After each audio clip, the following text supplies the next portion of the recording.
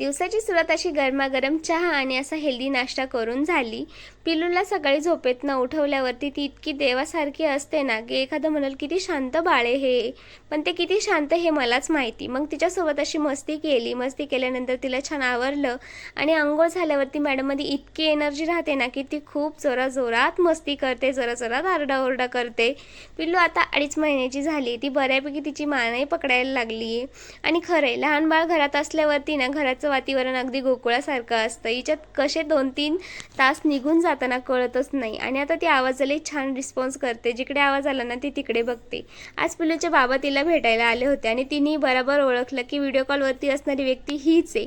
आणि ती त्यांनाही बघून छान हसत होती, छान आय कॉन्टॅक्ट करत होती आणि खूप हसत होती. आणि तेही म्हटले की आता किती दिवस, चला आता आपल्या आपल्या घरी.